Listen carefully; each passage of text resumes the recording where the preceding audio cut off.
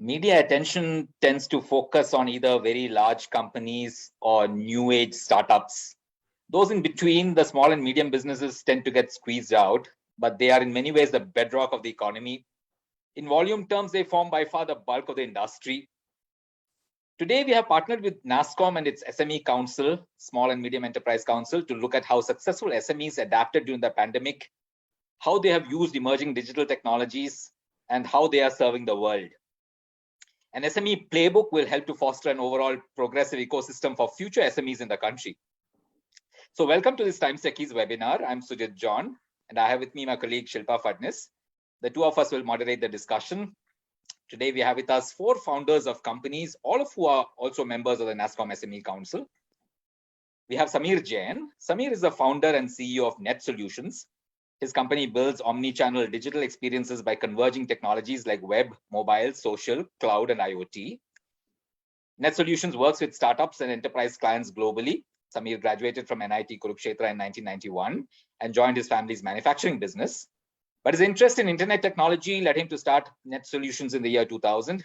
Net Solutions has been recognized by Forrester as one of the top 65 digital experience service providers globally. Welcome, Samir. Thank you. We have Sriram Subramanya. Sriram is the founder, managing director, and CEO of Integra Software Services. Integra was founded in 1994 and is headquartered in Pondicherry. Today, it is a leading digital solutions organization with over 2,400 employees and with offices in 4 cities across 3 countries. It has delivery centers in India, UK, and US, and offers content solutions, digital content solutions, products and platforms, and technology services. Currently, Sriram is vice chairman of the NASSCOM SME Council. His charitable trust supports thousands of underprivileged people in Chengalpet in Tamil Nadu. Welcome, Sriram. Thank you, Sujit. We have Jhankhana Desai. Jhankhana is the founder and MD of KServe BPO. As the name suggests, KServe is a BPO and KPO services company. She worked with Colgate-Palmolive, Vodafone, and GTL before she founded KServe BPO in 2008. Her passion for new age technology and deep-rooted desire to take jobs from the congested metros to the hinterlands of India also led her to co-found Telemonks Technology, a platform that deploys gig workers to service the unserved SME sector in the BPO/BPM space. Welcome, Jhankhana. Thank you very much. We have Uma Venkatraman. Uma is the founder and CEO of Ixsight Technologies. Ixsight Technologies is leading provider of data engineering and data science solutions to improve customer engagement and drive businesses. It has a number of marquee customers, including Barclays Bank, Axis Bank, Taj Hotels, Tata Sky, Airtel, and HDFC Life. It has several partners, including Microsoft and Cognizant. Prior to starting Ixsight in 2000, Uma has worked in organizations like ICICI Bank, Standard Chartered Bank, and Unilever in various leadership roles. Welcome, Uma. Thank you. Those of you who in this can send in questions to the Facebook comment box. Sujit and I will put them to Samir, Sriram, Jhankhana, and Uma. Samir, let me start with you. How difficult was it to navigate through the pandemic? What are the changes that you have seen in the last 2 years? Thank you, Shilpa. Yeah, so the last 2 years have been fairly cataclysmic, I would say. The industry has changed, businesses have changed, the way we operated has changed. So we've had to reimagine a lot of things. But I would say primarily the work has changed, right? So we were so used to working from offices. Now we are having to reimagine what that looks like when no one's coming to office. The talent's not interested in coming to office. And in a lot of industries, people are back, but not in our industry. So that's been a huge challenge. And working from home, how do you manage productivity? How do you manage engagement? How do you keep that stickiness with your employees? How do you collaborate better for your customers? How do you co-create for your customers? How do you, so a lot of challenges in that sense. On the flip side, there have obviously been a lot of opportunities because of digital transformation for our customers, and there's a huge demand. It's just getting harder and harder to really service those customers. So that has been on the positive side, one of the things that has kept us going. And despite talent not being available, but there have been sort of better margins in that sense. We've been working from home, and so not spending that money in the office. There's been no money spent on travel. So overall, I think it's the industry has grown, as you know, I think 10 to 12%. The entire IT industry is worth 220 billion and really looking at doubling and getting to whatever in by 2026. So yeah, I mean, so generally been good, but lots of challenges. Was it different for you compared to the bigger IT companies? What is your sense? Yeah, I think so. I think larger companies obviously have deeper pockets. I think they've always had big benches, unlike the SME companies who've not been able to have those large benches. A lot of SME companies are in tier two cities. In that sense, talent has always been a challenge. Most IT companies, most small companies do not have front ends in the Western world where most of our customers are, which means the engagement with customers has been poor. We've not been meeting them. There have been no flights. So, that challenge of, also retaining some of those customers has been difficult. So I think overall, yeah, I mean, talent-wise has been a huge challenge. We've heard stories about some smaller companies saying that it's an existential challenge because they've lost 80% of their team. So smaller companies like 25, 30 people, they've just lost a bunch of their resources. And then from the customer perspective, I think servicing them has been a challenge. Hard to get customers, but fewer customers for smaller companies. And with the lack of talent and lack of engagement with them, I think overall, I think it's been very difficult for smaller companies. Okay, I will come back to that, Samir. I want to hear the same thing from others. Sriram, Jhankhana, Uma. Sriram? Yeah, just want to add whatever, in addition to Samir has talked about. There are a couple of areas just want to address. One is related with cybersecurity. That has changed. Earlier, we have to take care of only in the office. So servers you have to take care. In a pandemic world, so people are working from home, working from hometown. So we have to take care of end users point. That means laptops, computers, whatever they are using from the home. So you have to take care. That is a major challenge you have to take care. So, and plus, not only the antivirus, not only the other data security and other things you have to protect. So that means they should not copy anything from that because we are dealing with customers. So that is one is cyber security. Second one related with customers. We are seeing a completely customer meetings, sales meetings are happening only virtually it is happening. So that is the second point. And acquiring new customer also, it is a challenge. Earlier we will used to do marketing campaign. So, and we'll do cold calling and then we are able to connect and then we'll do demo and then we can able to win our customers. Today, so whatever we are doing marketing campaign, so we are not able to get any response. We are not able to call. They are not in the office and we are not getting their mobile numbers. These are all different world. So we are working. So we have to look at ways and means how we can acquire new customers in the pandemic world. Okay, we'll come back to talk to you all about how you overcome those challenges. But Jhankhana and Uma, tell us, I mean, how was it? Yeah. So I will try to add to what Samir and Sriram have already said. I think they've said most of the things. We are a SME and a small SME. And in the beginning, we kind of thought this is going to end. And we have really large clients in the banking and finance space. I mean, it was like they were asking us, do you have a DR site? Do you have an alternative site? Because one fine day we found that our office, the server rooms were in the office. We are a software IP company, so we don't keep it on the cloud. And it just there was heavy rains, and there was an MSCB fire. The whole servers UPS went down. Nobody was there to switch it off because it was curfew in those days. And we were on a go live project, and the client would not listen. And we had a meeting. I had to explain ourselves. And overnight, what we did was, I think we really reacted like it was an emergency, shifted everything to cloud, and we had to do a DR on that as well. That's one. And then all our support team, apart from the laptops and stuff like that, see, in office, we have UPS, we have all these things, power backups. Now, people don't have this at home. So we have to have inverters, we have to have 2 people backup, that kind of thing. And customers also start calling you at any time. At least earlier they would call during the daytime. Now they start calling you at 6 o'clock, 7 o'clock, 8 o'clock. So, they are following up with you. So we needed to have that kind of responsiveness. So this is from agility perspective. The other things I think are payment and collections, etc. Some of the clients were paying by checks, etc. All that stopped. So it was fantastic. Everything was online. Our customers allowed us to access their servers online. So it was a boon. So all this happened. It took us quite some time to reduce our costs, reduce our office space, etc. because we were still holding on to it. Clients did try to reduce the cost and we supported them because we are in a business which is provide software for real-time credit screening. The loans itself were less. So they were in a problem, so we supported them. Only thing is some of them would still like to continue it. So as a small player, I think we have managed the situation, but these are all the learnings. Some of it is good to continue. Some of it, I think, bonding and emotional bonding with colleagues is important. We were able to survive essentially because of, a lot of our workforce were together with us in the physical space. So we could bond with them even when it was an offline virtual mode. I mean, if we had all started virtually, it would have been very difficult. Revenues back to what it was so I can say we are indirectly tied to the economy of the country. So if there are more loans and more bank accounts, then of course we are back. So I think there has been a significant upbeat moment.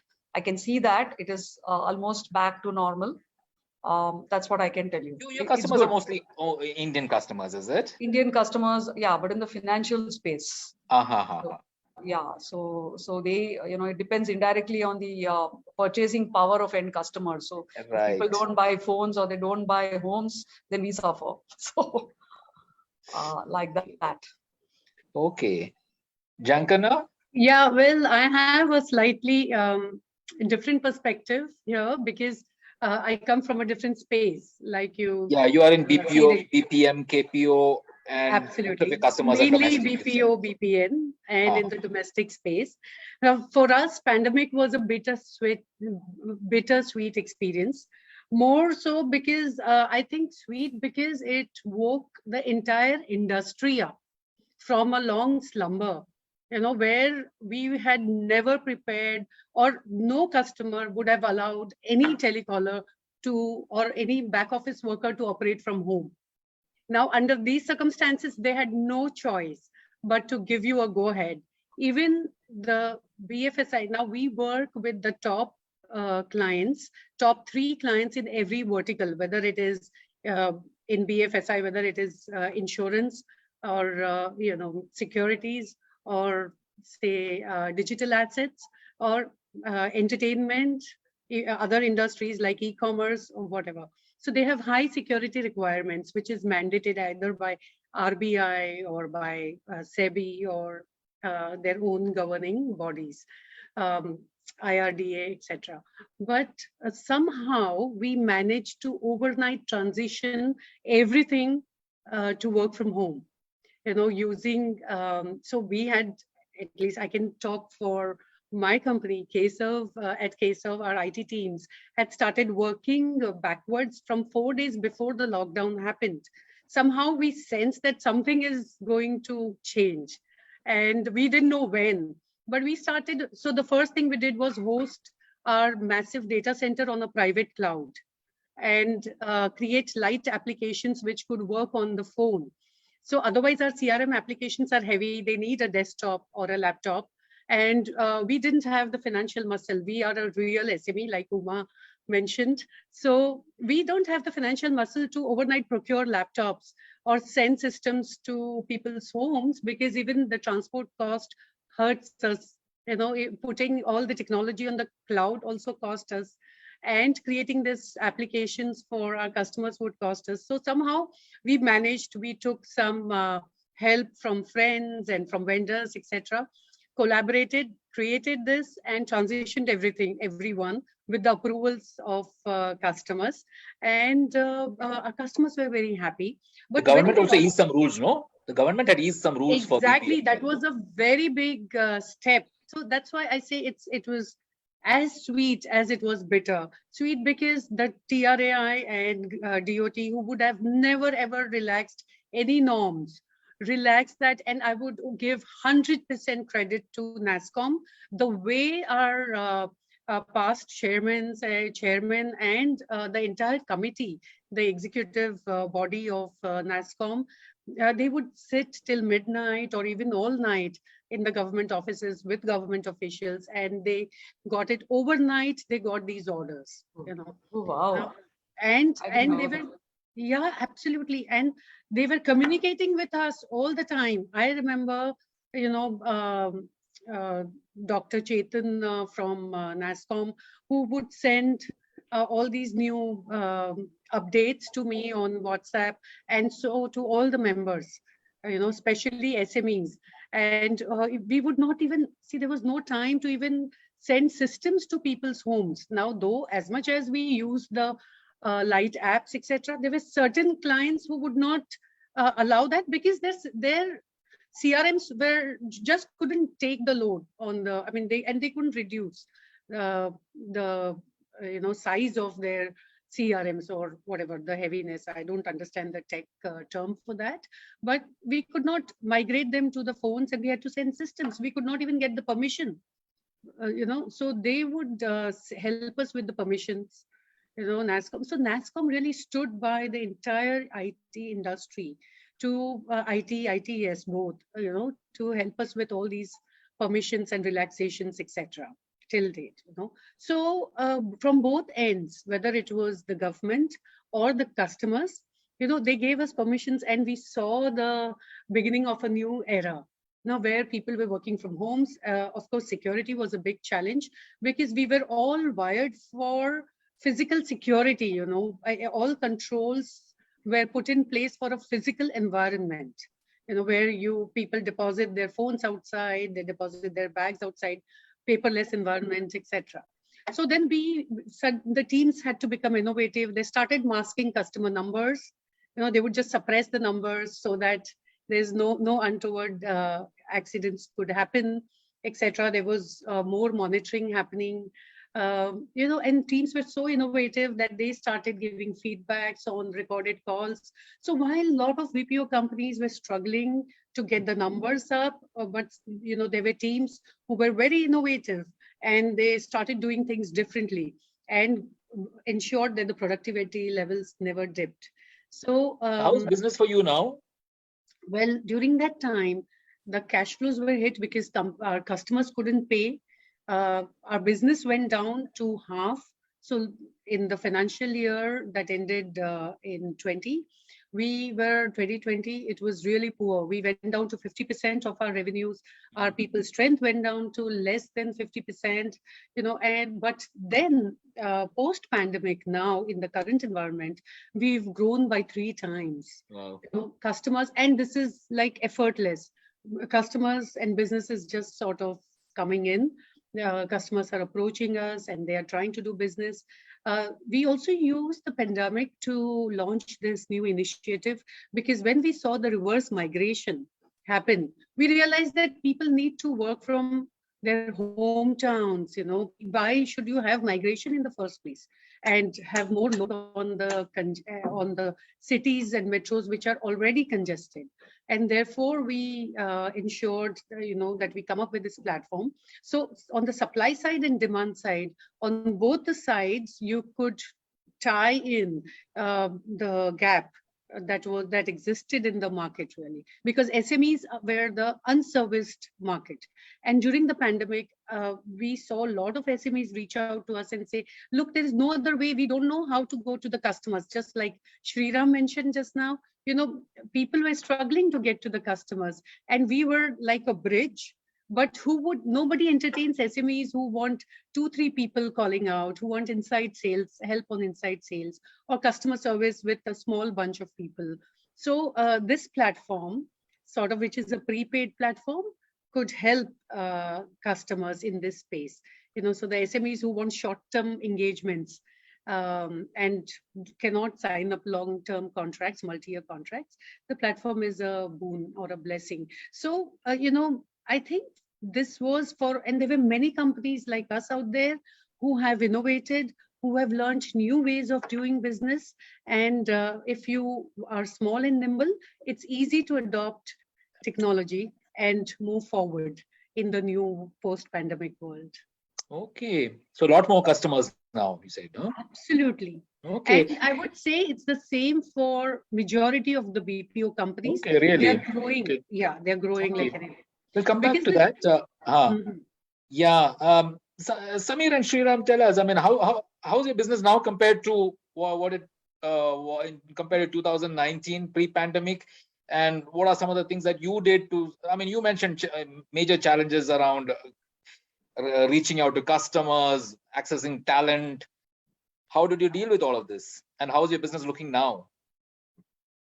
So to answer how the business is doing now, I mean, like I said, digital transformation has changed everything, right? So most of our customers are in the Western world, and everything was in a lockdown, which meant that they needed to pivot very, very quickly. So some businesses who were not direct to consumers became direct to consumers. Some of them were B2B, and they created B2C channels. So largely, I would say that on e-commerce, on some of the industries, again, doesn't speak for all the industries, but we were in retail, for example, that, in healthcare, for example, where, a lot of innovation has happened. So we got a lot of traction, and existing customers were literally doubling the teams. In some of the other areas, like entertainment, for example, some of our bigger customers in that space, there were no physical events happening, which meant that the teams were suddenly out of work. So I would say it was, certain industries that we were servicing, there were challenges. On the others, we were growing. So like I said, net, we were doing better. How did we deal with all of this? Again, I think the biggest sort of change that we've had to make was, not working from office, working remotely. And everyone's talked about those challenges in infrastructure. There was challenges with security. So we literally had to double our infrastructure, buy more laptops, buy more desktops, because, we now have people accessing the office infrastructure from their homes to keep the network secure. Sales has been, like Sriram said, has been a huge challenge. And for us, we've pivoted a lot to digital marketing, because there's no events happening. Like Sriram said, no cold calling happening. Not that we were doing that, but we were building teams around that, which we had to let go because there were no mobile numbers available. So pivoted more to digital marketing, and something that we call all bound. In that sense, looking at not just inbound but outbound, but see how you become thought leaders in your industry and how you could use some of those things. I think I would also say that, while remote has been a challenge in, the collaboration and engagement that you talked about, but we've also been transforming digitally in that sense. We've adopted a lot more tools like Slack, for example, tools for engagement, tools for HR, tools for sales, and keeping track of things, also keeping track of different metrics, for example, which we weren't really doing before. And I think, one of the other things that we're seeing is, that there's a focus on doing deeper work and, niching down on certain things, not just trying to be, because there's more innovation, a need for more innovation by companies, which means that you need to know their industries better than they do, which means that you have to solve some of those problems. So understand what their industries are about, understand what challenges they have, and then solving them. So I think overall, we just had an event for on our SME council called the NASSCOM International SME Conclave. And the theme of that was reimagine business. So really, it was about reimagining your business. How do you reimagine work? How do you reimagine talent?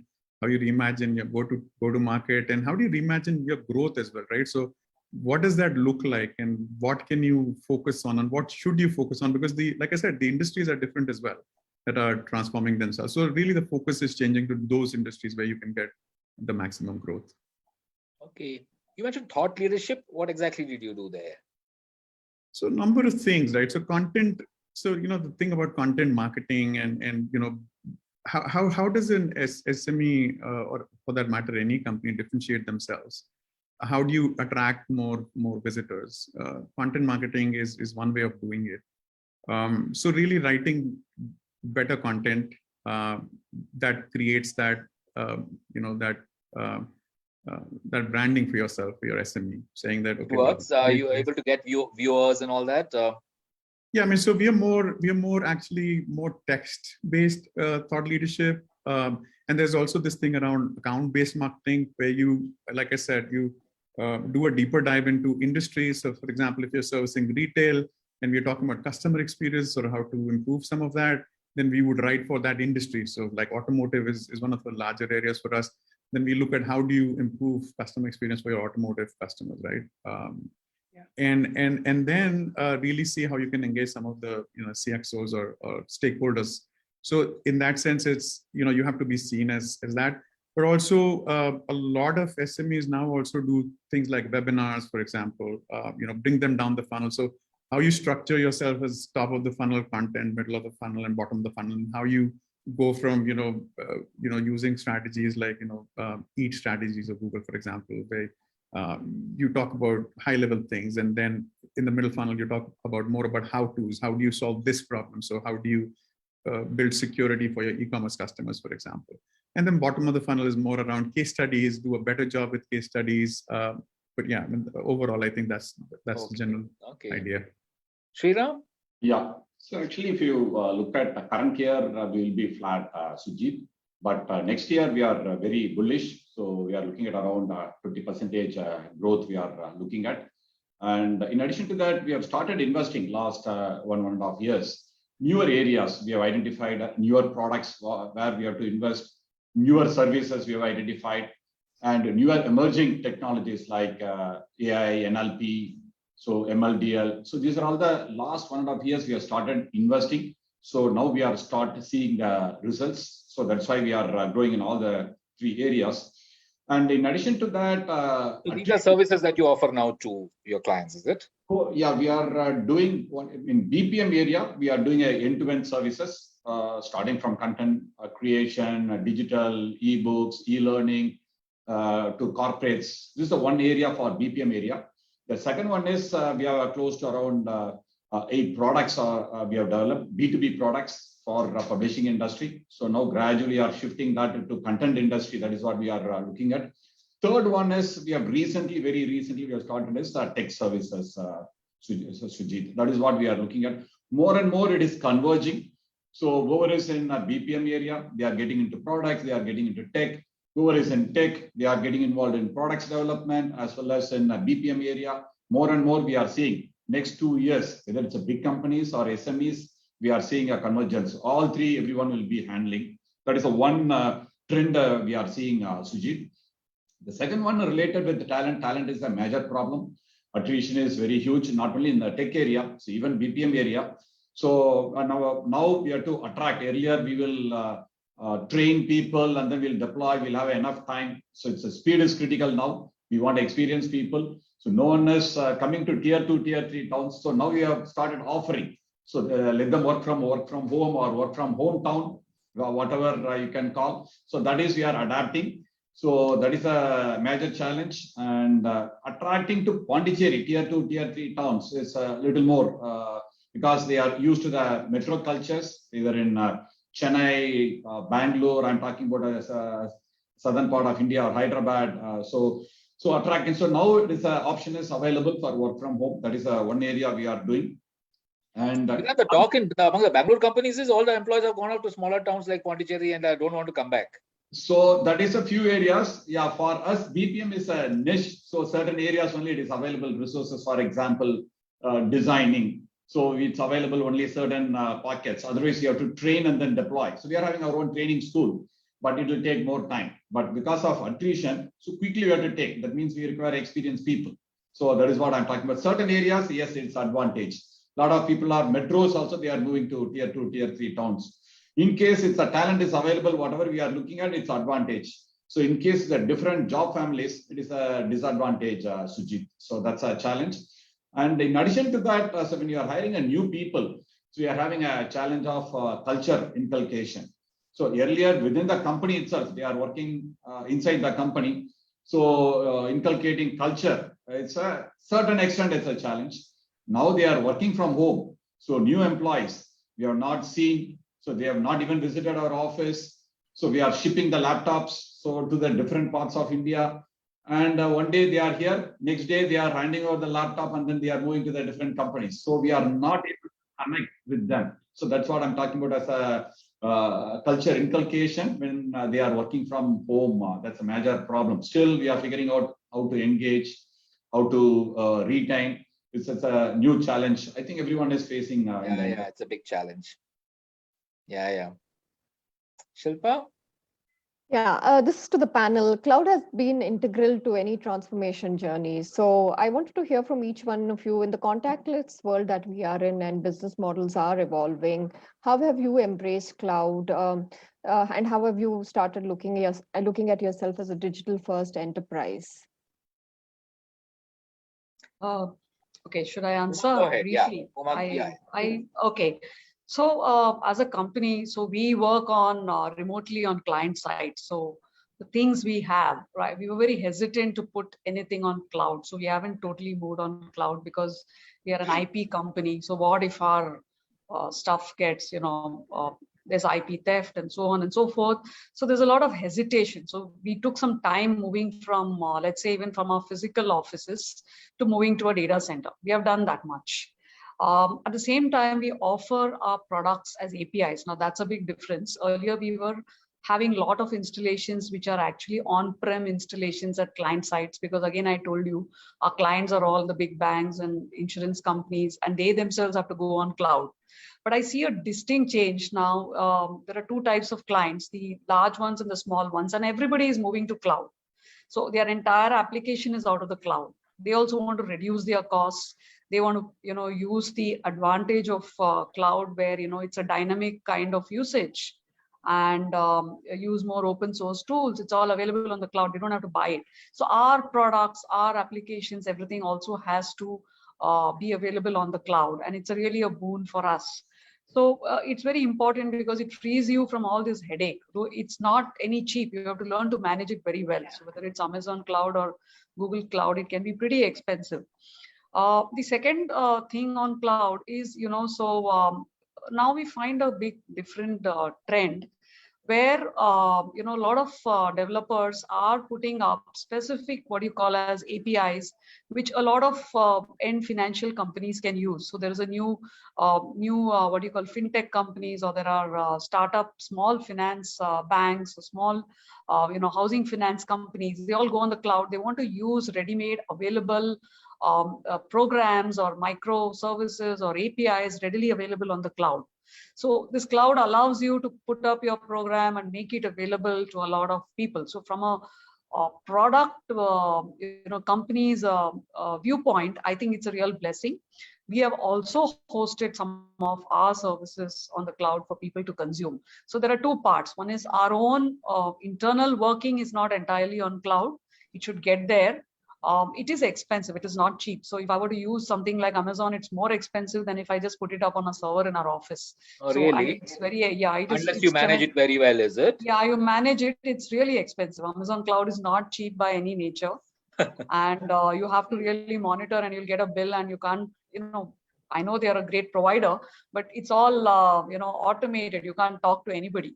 So if you know what your use is and you're clear, you're better off. Only thing is you have to manage it. So we are in an in-between situation. We are at a data center where everything is managed. So we don't have to manage. We don't have a person to be there. We don't have to worry about UPS and all that. But the cost is within your control. But yes, from a client's perspective, it's great for them. It's great for us. So it's all happening on the cloud. And I think there are a lot of other applications as well coming on the cloud, which are available for use. So that makes it a great big deal. There are, third-party tools. I mean, Google itself provides a lot of tools. Amazon provides. I think cloud is a place to go. That should help you also reach out more to global clients, no, Uma? Yes, exactly. That's correct. That's right. So you can actually focus on domestic. Yeah, so this frees up. No, we will. We are already in the process. We do have a few international clients, but being on the cloud is going to allow us to reach international clients far more easier, because there is no need to be on-prem, right? You don't have to be on-premise and CapEx, etc. And we anyway had different license models like annual usage. We never really relied on a one CapEx purchase, but being on the cloud or providing it as a platform, is really going to be advantageous for SMEs and to reach a wider marketplace. Again, like we deal with the financial industry. So a lot of products that we offer, like, credit screening or anti-money laundering or watch lists, it's applicable globally. And there is so much regulatory pressures on financial institutions that they would like to, verify. And given that everything is happening online, this is very critical. And that's a place where we play in. So it's great for us. But it will take You time. are already using cloud, no? No, I was asking Jhankhana. Jhankhana is already using cloud, you said. Yeah, Yes. Jhankhana. So I was just going to say that I so agree with Uma when it comes to the costs, etc. But Oh, really? oh, absolutely, it is not cheap, and we had but it really helps you when you want to scale. So I can say that without, see, we grew about 3 times in this period of less than 6 months. I think 5 months between September to January or February, we saw the real growth. We doubled, okay, in this period. Overall, it is 3 times. So if I had this private data center that we were using till now, which is in my office premises, we have a massive data center setup. We used to have a massive data center setup. During the pandemic, we hosted it as a private cloud. And eventually we decided, when everything opened up, that let's go to cloud because that gives me a good BCP. And disaster recovery center. Also, all these new age fintech companies who are our new customers, they want all hot backups and things like that. So all that is possible on the cloud without putting in any capex. And during that time, there was a lot of cash crunch because a lot of our customers had not paid for over a year because of their own cash flow issues. So this seemed to be a best solutions. Plus, you could expand to any city, any new offices, new centers, work from home, anything and everywhere. Because during this time, we also set up a rural center near Ahmednagar, in a place called Karjat Jamkhed, which is a really small rural area. So if we had to service all these places, cloud seemed to be the best option, but it is expensive. But then the flip side is that there is no capex. Otherwise, by now, I would have to expand the data center. We would have had to put in so many more servers. And now blade servers are the need or the order of the day. They're so expensive. So all this is taken care of in Is it cloud. a private cloud or a public cloud, Jhankhana? No, this is a public cloud. Public cloud, okay. Yeah. I think just one other sort of thing that I'd like to add is, a non-pandemic related theme is cybersecurity. I think it's been mentioned here, and given the crisis in Ukraine and China has been, spreading the cyber warfare, in all countries, and there's been a lot of increase in that sense in India. So cloud helps in that. In your offices, I don't think we are equipped to keep our infrastructure secure. And so you're saying cloud is more secure than what you can do yourself. Absolutely. The data centers are more secure. I don't believe we have the capability, or even if we do have the capability, most SMEs don't, or they don't have dedicated staff to manage the infrastructure. So this is going to be more and more. I think, we need to be more aware of those challenges, and I think SMEs, so maybe the target isn't as much. The larger companies are being targeted. It's only a matter of time when we are ourselves going to be seeing it. We do track it and we do have those issues sometimes, but not as much. But I do believe that keeping it in the cloud helps us prevent some of those issues. You are a lot on the cloud, is it? Yeah, we have both the environments. So we're a dev company, so the dev actually happens locally because our client environments are so different and diverse. We literally we have to spin a new sort of setup for each customer. But if it's unique, we'll do it on the cloud. But deployment is all on the cloud. But a dev environment is here in India. But I think from a cloud perspective, there's your own hosting in that sense, right? There's also the there are people who say that even if you're going on the cloud, you need your configurations, etc. You should be very careful if you have to be make it really secure. Yeah, but then if you host it with an Azure environment or an Amazon or AWS environment, then you do get alerts and saying, well, we blocked this, port was open, or you need to be more careful. So in that sense, it's not fully managed, yes, but then like I said, it's data center. Nobody is obviously they're all trying to track whether somebody is coming in and hacking you from China or Russia or wherever. And then if there's one particular user, and so I was about to say that it's not just the hosting, right? There's also Gmail that you use, right? So you're keeping your communication channels open. You're using tools for HR or like an applicant tracking system, etc. So those are also cloud solutions, more SaaS solutions that we're using, which is also the cloud. Otherwise, you would be building them on your own and putting them on your infrastructure, which is never such a good idea. So they're not scalable. There are lots of other issues. So I would say that there are more benefits than just the fact that cloud is, an easier way to host your solutions. Okay. Sriram, you want to add to that?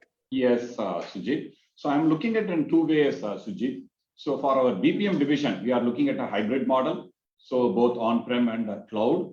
For our products division, it's fully cloud, Sujit. Because our BPM division, so it's data intensive. So we have to use, in case it is a very complex and graphics intensive, so you have to use on-prem. So that is why we are looking at that differently. But coming back to the earlier point, whatever Uma and Jhankhana, they have addressed. So the cloud cost is going up each time I'm asking. So they are coming back earlier, every quarter they'll come back that we have exceeded. So then every month we have looked at, now every week we are looking at costs just to monitor. We have to closely monitor, otherwise it's a problem. Really? So, yes, so certain things because they are configured differently. So because it's new for our team also. So suddenly it's shooting up on a daily basis, not even weekly basis. You have to look at, so whether any other areas, because of, it is not maybe intentional. So maybe it is shooting up. So they should be aware of, you have to monitor very closely. Right now, cost is going up. There are advantages, disadvantages, like earlier that talked about, we can scale up and scale down quickly without capex investment. So that's a big advantage. But that is whoever is looking at that model. So it will be advantage for others. Maybe you have to, so gradually only you have to closely monitor and gradually they'll increase to cloud-based.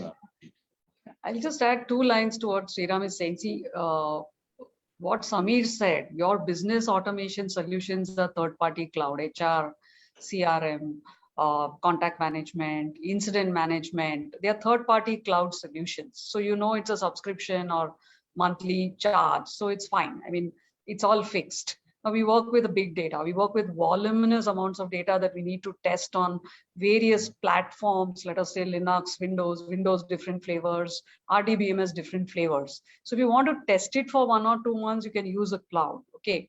So there the costing can go haywire if you do not control it.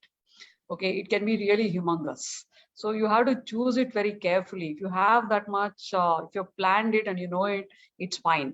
If somebody carelessly, leaves, the extra days or something, they just use a, 32 core or a 64 core machine for testing for 10 more days with, let us say, 20 crores of records, you'll get a fat bill, and you got to pay that. So that's the scary thing. It depends on what you are. Our development environment can be on cloud. That's still small, but we haven't moved because we're a little still worried about putting our entire development environment there. Our entire deployment is on client environment. So there, no choice. Automation is all on cloud, third-party tools. So that's the point. Once you start something on the cloud, can you just withdraw it if you suddenly find that cost is going up? You can stop it, but you have to pay for what you consume. It has actually happened to us. In fact, last year, we got a huge set of servers in the data center saying for 3 months, we need to do this active testing and client needs it. And, all fancy setup and everything, 3 months, it was huge expense. We did it. And I'll tell you, 1 year down the line, we still have those 2 servers and somebody or the other uses it. 10 days, it's not used, but it's a fixed cost. I don't know whether cloud would have been cheaper. You have to really monitor it. I know our clients, how they monitor. They are constantly monitoring our solutions which are deployed on their cloud. They keep asking us, do you think you need so much infrastructure? Do you think you could use less? That conversation happens all the time. So. Okay. Shilpa? Yes. Shilpa, you're muted. Well, I don't think we face any of these issues because I think we more our applications are not so huge. so they don't go up and down so rapidly. So I guess So we're quickly, safe and sorted. the other point I wanted to make was that, you talk about what's in the future, right? And you Yes. think about some of the newer technologies coming in, quantum computing and distributed ledgers and AI and big data, talked about extended reality. Those are things you can't really do in the office. You need the cloud infrastructure for that. Correct. So that's, there's no getting away from it. And as you get more and more usage and more customers on the cloud, the cost will continue to fall. I mean, it's as simple as that. Correct. Yeah. Yeah, I mean, it will continue to. I mean, sorry, what is the last thing you said? I mean, the costs will continue to fall as you get more and more customers on the cloud. I think what everyone here is saying is that, for hosting, for example, is dirt cheap, and for using some standard tools is cheap. But if you do a lot of processing and a lot of deep dive in the data and use some of those tools, then obviously it gets expensive. But I'm saying that as more and more customers are using it, the volume will ensure that the costs are likely to fall. So Samir, I hope it comes through quickly. So. It's not going to be as quick. But like everything else, at one point, the PRI lines used to be so expensive. Correct. The dialing solutions used to cost a humongous amount of money. Insane, actually. And also, it's very competitive. I mean, there's no one cloud provider. It's just very competitive. So I do believe that costs will definitely come down. Okay. Yeah. Okay. We have this audience question. This is from Rajeshwari Dikshit. How big is the SME contribution to India's IT and BPM sector in terms of percentage of India's overall IT employees and market share? I mean, hard one to answer specifically, but the last I heard, I think it was close to 36%. And in terms of the number of employees was also bigger than some of the larger companies. Again, I don't have the data point, but I know it contributes about 36% to our GDP. Okay. I want to ask you, talent in place like Bangalore, of course, everybody is screaming about how expensive it's becoming. How is it for all of you? Is it becoming a huge challenge? No question about it. I think that's a good question. Anyone so can Uma's answer. favorite question. No. I think Samir already said, or I think Sriram mentioned quite a bit in the beginning. I think it's different. So, I just had 2 points. I'll leave the rest to answer. I think it's no longer about seasonal recruitment and, campus drives or something. This is like ongoing, like you do your daily activity, you have to keep recruiting every day. Apple a day keeps a doctor away. 2, 3, 10 recruitment interviews a day keeps the problems at bay. That's what I would say. It's really hard. If you stop that, then and you think you're relaxed, you can't. There's a problem. The second really issue is to keep them occupied and, I can't say entertained, but I think this whole thing about not meeting in office, them looking for offers, everybody wants excitement. They are into the first week of the job, everything is good, you have trained them, you bonded, and anyway it's remote, so you can't really have you can't even go out to eat together. So keeping them happy and keeping them active and engaged is a separate, I think, activity which we all need to do. We have to do. There's no other way. I think culture should be good work, but as SMEs, it's really hard because you need an entire department doing this. It's not HR anymore, and you have to quickly make your decisions when you recruit. If you take 2 days, it's you just do it on the spot. You give an offer. And you get emotionally detached if they leave, because I really think it can break you. The first few times I would take it personally, how so much effort we did, so much we spoke, so many times we asked, how sweet we were, how much we made them comfortable, how much they told us they want this job. And then after all this, they do this. You just get immune to it. Just get on with the game. In the SME conclave, I think Mr. Subroto Bagchi was speaking, and he said, stop worrying about it, get on with it. It's reality. And ensure that repetitive tasks don't have, developers could just automate and outsource and put it on the cloud. So you just focus on the essentials. Of course, you need to pay well. This is what it is. It's tough. It's really tough. Jhankhana, Sriram, I want to ask you, in the BPM sector, is it similar to IT salaries? What's happening? I would say that, welcome home. BPOs always had these issues. I'm sure Sriram agrees with me. But now, in fact, it is reverse. I would say that life has gotten better for us.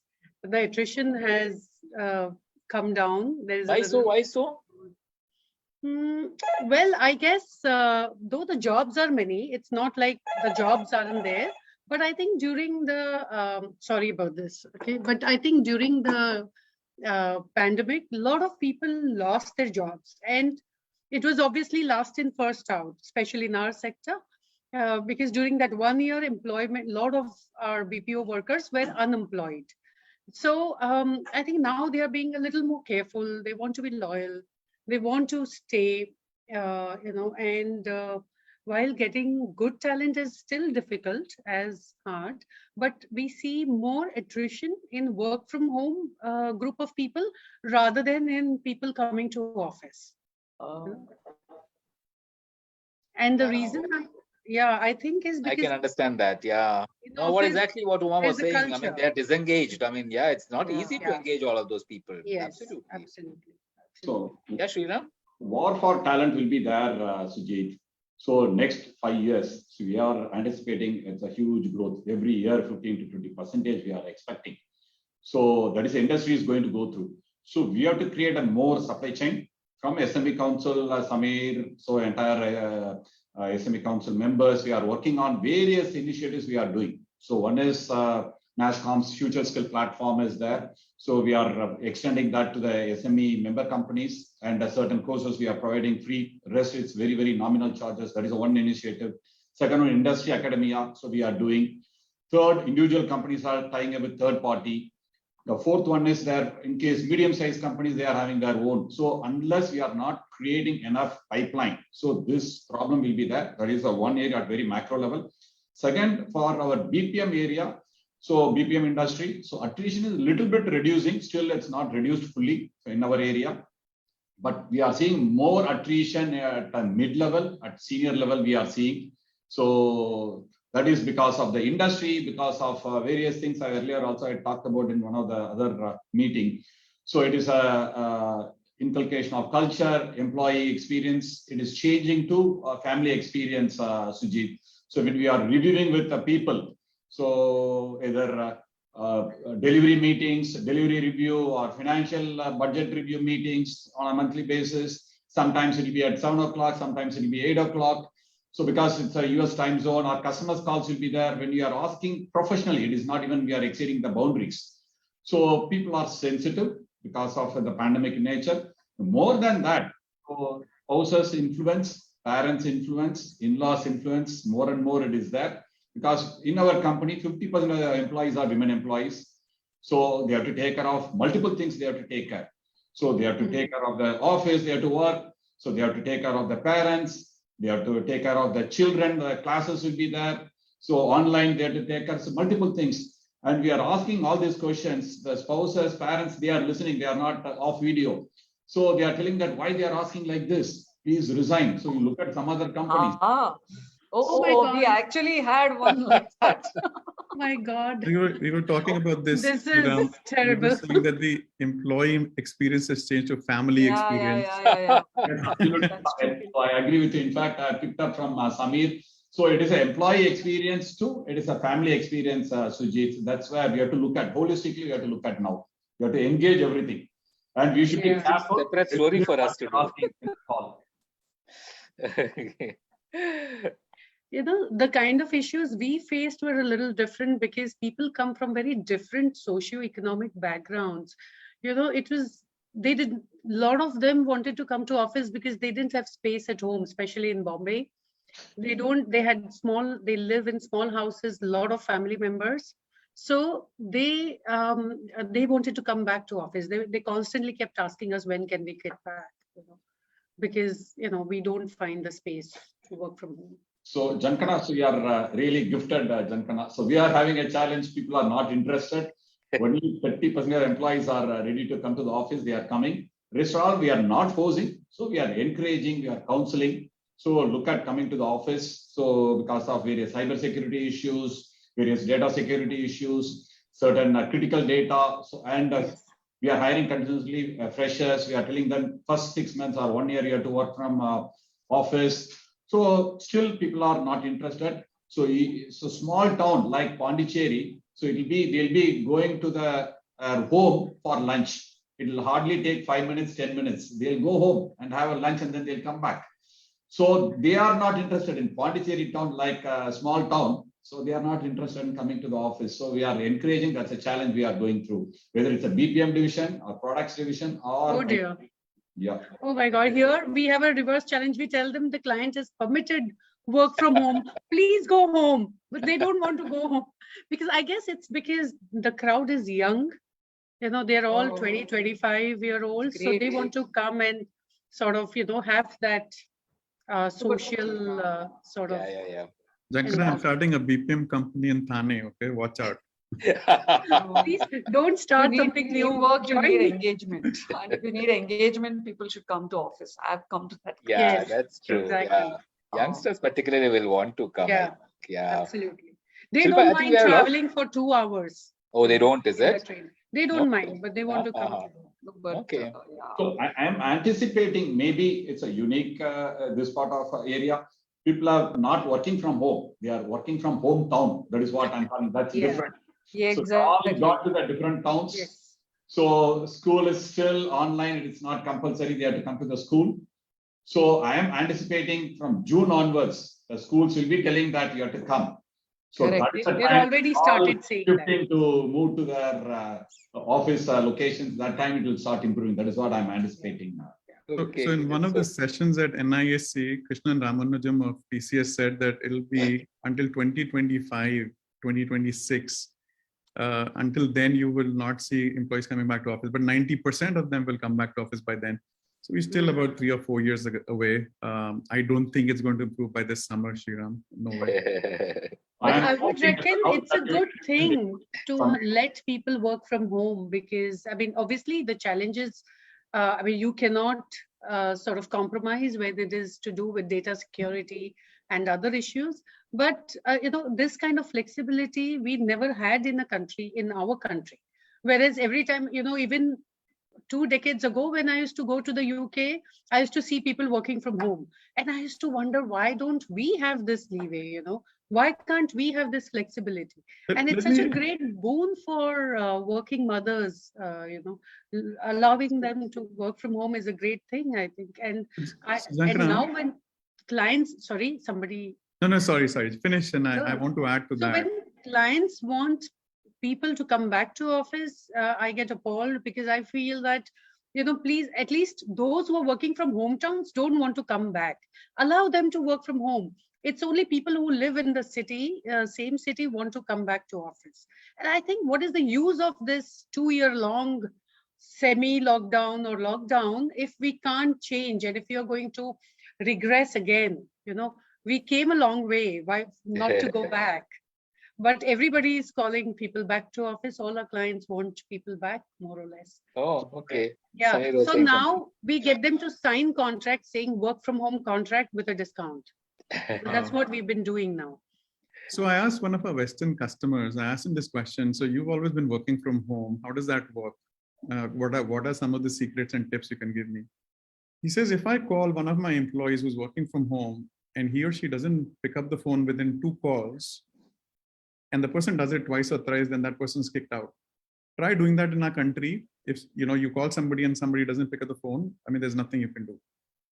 And also, Jhankhana, you said there's less attrition for you, but I do think that getting people to office, I think working remotely, absolutely it works, right? So no question about that.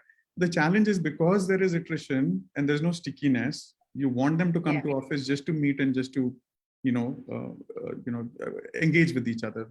And also the culture thing that we talk about. How do you, I mean, it's just impossible to drill down that culture. The person will feel bad leaving, you know, once they, go out together, party together, celebrate a Diwali together, they'll feel bad. Right now, they don't mind. This is the final piece for me on that particular topic is that, our customers are saying, I don't see collaboration happening, right?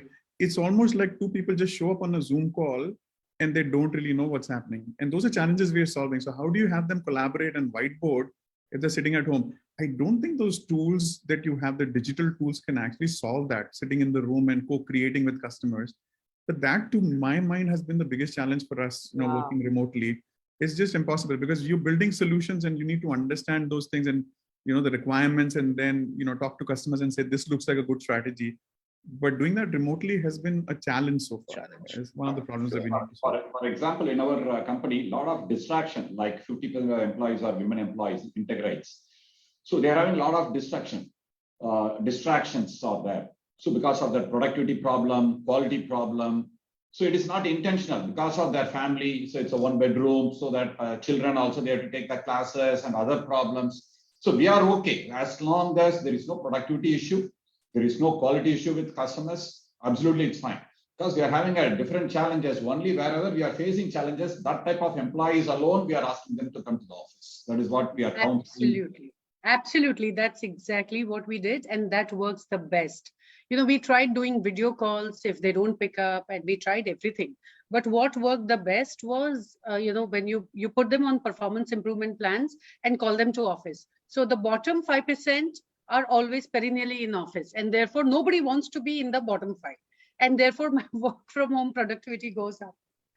And, for the frontline workers, there are multiple tools you can use to monitor their productivity.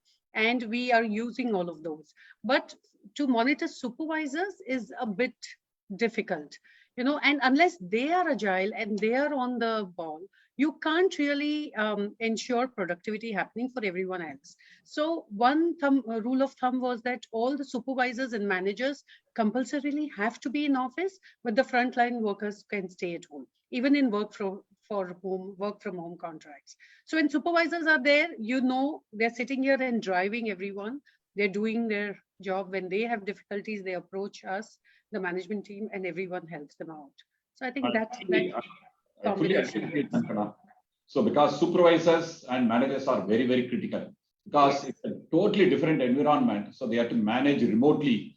So they don't know that body language. They are switched off their video, whether they are okay, not okay. Correct. So their emotions, nothing we can relate. So it's a major, major problem. So we have to equip our own supervisors and managers. Once they are ready, so fully ready, then they can able to manage work from home or hybrid model. Yeah, very true. No, this has become a major discussion point now. Yeah. So I think we are not a, I know. I just had a point. We are not a rule-driven country. So overseas, it all works like what Samir is telling. We don't follow traffic rules. We don't follow. So if you're left loose to work from home, we don't think we should be there at the desk, So that's the problem. I agree with you, Uma. So agree. Flexibility, that mindset is still there. There are a couple of audience questions. I know we are out of time. Just quickly, one of you can answer that. Shilpa? Yeah, there are a couple. So I'll have this one. This is from Tarun Giri. What kind of a niche should SME firms in the sector aim for to grow their businesses when they're competing with large organizations with multi-million sales and marketing budgets? That for all of you, I guess. But anybody wants to quickly take that? I'll just tell one line, everybody can add. I think you just need to, somebody said, the baby who cries gets more milk. So you have to just ensure that you're a beautiful baby who's crying well. So your visualization, your digital marketing, your website, your LinkedIn corporate, everything all the time you have to be at it. So that's the other thing. I think it definitely helps. So and it's a level playing field. The big guys it was not a level playing field in the physical world because they could buy the booths, they could buy the sponsorships. But in this kind of a scenario, virtual, exhibition, of course, you may still not be the main party sponsoring, and there are not too many people out there watching it. But if you can get your act right in digital space, I think it's a level playing field. That's my take on it. Anybody wants to add some niches? Yeah, I think, branding is one part of it. Like Uma beautifully put it, you have to really focus on all these aspects, make a shiny website, put your services for everyone to see, digital marketing, etc. But I think putting your ears close to the ground is most important. When I say that, I mean listening to your customer, listening to the unstated requirements of your customer, following your customers. I think the question said niche. Okay. Which So niches all would the more easier for you, follow the industry trends. What are your customers industry? What is the industry doing? What are the future trends? And then try and align to those trends. I think that is what eventually works for you, when the customer knows that you know the industry as well, if not better, as they do, and you're already prepared. You're futuristic, your vision, you have a vision for their customers, because what your customer wants is for their customers to be taken care of, whether it is IT or ITES, doesn't matter, or any industry for that matter. So I think that is one most important thing, and being flexible and nimble. Sriram was saying so something. whatever Uma and Jhankhana talked about, just want to add. So maybe whatever high growth area, maybe you can look at, and then you can focus that particular vertical, or it's a market size is huge. That area also we can look at. More and more, I am seeing tech services are gradually moving into commodity business. That's what I'm anticipating next 3 to 4 years. So that means SME companies can very well compete with large corporates. So gradually, I'm not talking overnight, but I'm seeing next 3 to 5 years, it is going to be a commodity business. So that means tier 2, tier 3 towns. So we can give you a different rate. Instead of $40 per hour, can we look at $25 per hour or $30 per hour? I'm just giving a different. So that is an opportunity available for SMEs as well. So I would say that the opportunities are immense. I mean, it's, take a pick and double down on that. But a good framework in my head is choosing to say, I am X working for Y and delivering Z results. Okay, so I do this for Y and deliver those results, Z results. And I think that framework will help you position yourself better. If you're an existing business, you can look at where your customers are currently. And like I think Jhankhana and Sriram have also alluded to, focus on that, solving that particular problem and double down on that. But I think overall, I would say the one problem compared to that comment that you made about, the larger companies, and Uma said it's a level playing field, absolutely. But I think it's also about building trust. And I think that's the one sort of secret sauce in whatever you're trying to do is to build trust. And you build trust by getting deeper into that, being able to respond to customers better and saying, this is a problem your competitors are solving and we can solve for you. But also why you as a company is the right partner to work with that particular customer. So I think, how do you build that? I think is the $1 million question. You do it remotely, even more difficult, but that's the sort of part at the end of the rainbow. If you can do that remotely and build that trust, I think you're golden. I think Samir put it beautifully. Trust. I think that's the key. Also, one thing I missed saying was that collaborations.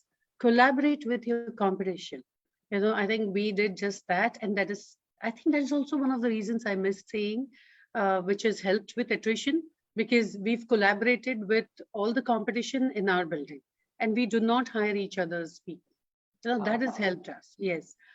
So I just walked in and spoke to the founders, and then others followed the suit, and now we're all on the same side. Anybody comes, we talk to each other. So not only that, collaborating for companies like us who are not IT whizzes, but in the current times, I need to be an IT services or product company as well to give a good solution to my customers. So here we are collaborating with IT companies who in the area of RPA and chatbots and voice bots, and trying to come up with a solution, bundle it and take it to the customer. Because if my customers are the top banks or the top, say, securities companies or insurance companies, they need all these solutions. And for these solutions, they would prefer a larger player to me, and they generally have multiple vendors. So 2-3 would be these very large companies. Some of the vendors would be like us. So now if I would collaborate and take a similar service or a solution to them at a lower cost, and they've already experienced the trust and the service, why would they not want to deal with us? So I think they should pay collaboration the is same way price. The money that you get as an SME is often you have to fight for it. We really work very hard to build trust. We are nimble, agile. Customers love us. They've stayed with us over multiple upgrades. It's a big thing in IT because you have to keep upgrading your releases if you're a product company. But the thing is to command that same kind of premium, that same kind of thing as a large company. I think that takes some doing. It's not easy. It's not level playing there. And I just thought I'll bring that. Everything else I agree with. Yeah. No, very interesting. But this is a good point to end it. But there's this question which came in quite early on. I just wanted to quickly ask one. It came from Harish Rao asking, in the current WFH ecosystem, corporate giants have invested a lot to identify talent through testing process and interviews.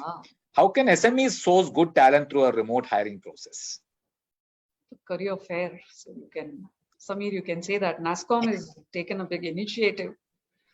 I think all of us use online tools. I mean, some companies do it at a national level, but I think NASSCOM is taking the lead, and we are just going to commence that. Samir, you can speak about it. So that one's, we're partnering with Future Skills Prime, which is a platform that NASSCOM has with METI.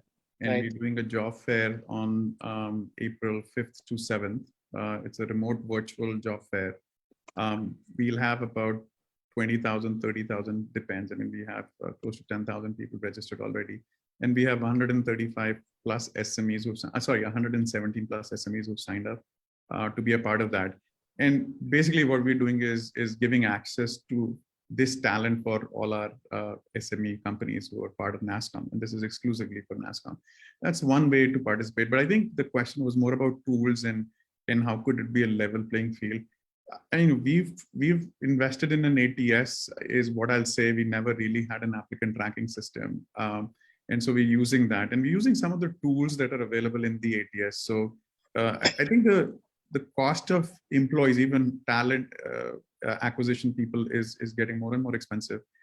And the value that you get hiring multiple people doesn't really come through, because at this point in time, you need to be very nimble and agile. So using an ATS, I think helps really, really well. But I think the other thing that we do is leveraging some of the tools that are add-ons of the marketplace, where you can maybe just spread the word around that particular job and onto different marketplaces and different platforms using just a click of a button right from the ATS. Or you could use tools like Hacker Earth and Hacker Rank and connect them and do those assessments right there from the platform. And then there's also this thing, I mean, we talk about employee experience, we talk about, how do you get customers and how do you market yourself? I think you need to market yourself to employees as well. How many times, there's somebody who's really talented who you would love to hire, but is not available at that point in time. Or someone's maybe early, or someone's applied to a position that's no longer open or is not open at that time. You want to stay engaged to those people, and you can only do that when you have the tools. So I don't think you need to invest in those larger face recognition or, the other tools around, whether the person is lying or not, some of those things. But I think basic tools and SMEs can do a good job just managing that process a little more efficiently. Yeah, great. So we are almost 15 minutes past our scheduled time. Very interesting discussions around cloud, of course, hybrid work, and great suggestions to people who are looking to start businesses. So thanks so much, Samir, Sriram, Uma, Jhankhana. Really nice having you on the platform. Great discussion. Hope to have you again. From Shilpa and me. Thanks a lot. Thanks, Sujit. Just before you go, I want to make one correction. You asked me specifically whether we are on private cloud or a public cloud. So I checked, yeah. And though it is hosted publicly, but it's called private logical cloud. So it's not exactly private, but private logical. And public neither. Though Okay, hosted publicly. Okay, just to Sure, correct. thanks. Yeah. Thanks. Okay. Thank you very everyone. much for having us. Thank you. Bye. Bye. Nice Good talking to you all. Thank you. Bye.